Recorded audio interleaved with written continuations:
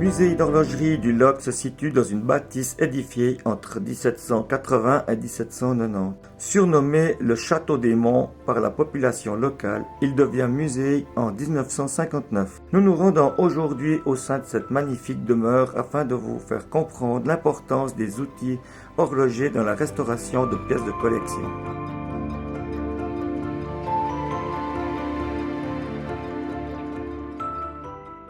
Salut Martial.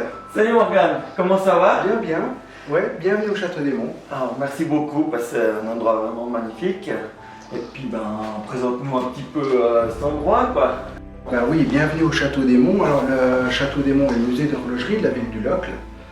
Ça a été une propriété privée, comme vous le voyez, et puis qui est occupée depuis la fin du XVIIIe siècle jusqu'à 1952, où là, la villa est vendue à la ville du Locle pour y installer les collections locloises. Alors c'est à ce moment-là qu'il devient un musée d'horlogerie, progressivement dans le temps, et qui sera occupé par différentes collections prestigieuses qui mêlent justement pendules, montres, automates, et puis toutes les questions qui sont liées à la mesure du temps, mécanique et non mécanique.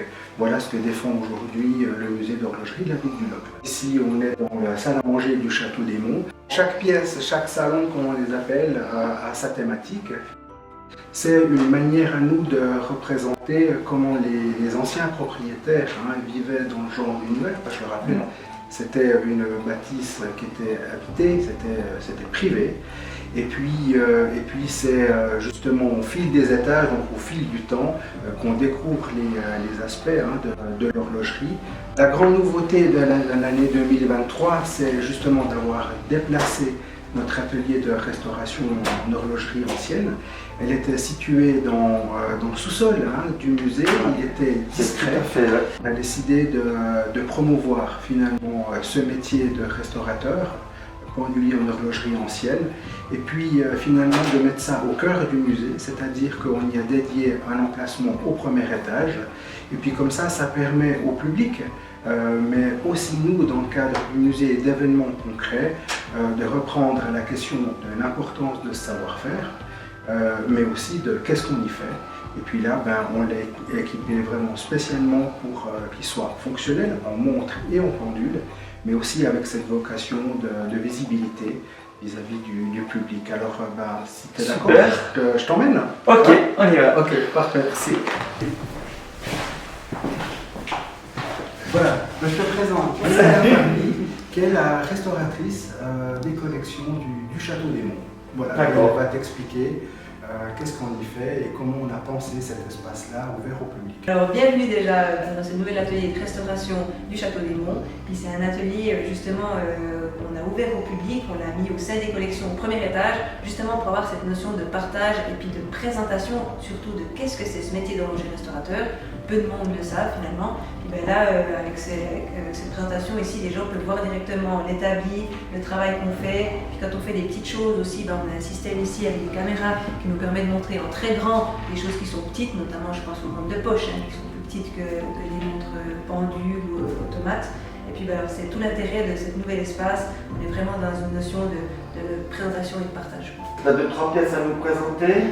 Oui, il y a déjà des pièces assez sympas en termes de montres et pendules. C'est vrai qu'on fait un peu les deux. Ici, c'est assez varié. On peut avoir des grandes pendules de châteloises. Là, on est sur une pendulette d'officier. L'idée est un petit peu de montrer ce que les gens ne peuvent pas voir. Parce qu'une fois que tout est fermé, on n'a pas accès à ce genre de mécanisme-là. C'est aussi le principe ici, en fin de compte. Quand les gens viennent, ils peuvent voir à l'intérieur un petit peu comment ça fonctionne. On peut aussi un petit peu discuter s'ils ont des questions, puis c'est tout l'intérêt de ce lieu. On a une autre pièce aussi qui présente les heures et les minutes, et puis du coup, si on l'ouvre, on découvre aussi qu'on a un système de sonnerie.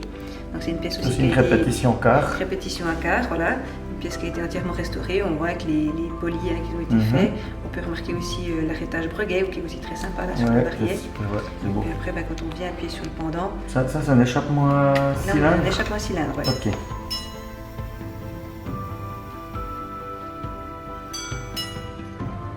On a vraiment c'est assez sympa parce qu'on a les marteaux qui sont visibles et puis les timbres aussi. Parfois dans des montres c'est totalement caché. Ouais, là on voit juste alors, le bout des c'est marteaux assez quand chouette. ils arrivent sur les timbres, mais on voit pas grand chose, oui. Ça on voit vraiment bien. Des belles pièces quoi, qui sont vieilles, mais en les restaurant, on peut leur donner vie. J'imagine que tu dois avoir beaucoup d'outils, des outils spéciaux. Tu dois vraiment très bien équipé là. Non, alors c'est sûr que dans l'horlogerie, on sait qu'on a parfois un seul outil pour une seule opération, et puis parfois on a ce qui fait qu'on a beaucoup d'outils, puis il y a des outils on n'utilisera qu'une fois. Puis jusqu'à la prochaine pièce où on aura la même opération effectuée. Donc on est très bien équipé en effet. Ouais. Alors Mickaël, je te remercie beaucoup pour un peu ce tour d'horizon de ton nouvel atelier. C'était vraiment très sympa et puis on voit un peu tout l'horizon de tous les travaux qui peuvent se faire. Ouais, c'était un plaisir de vous accueillir en tout cas au sein du nouvel atelier de restauration du Château des Monts. Et puis en tout temps bienvenue, tout comme le public, pour partager des travaux de restauration. Donc merci à vous.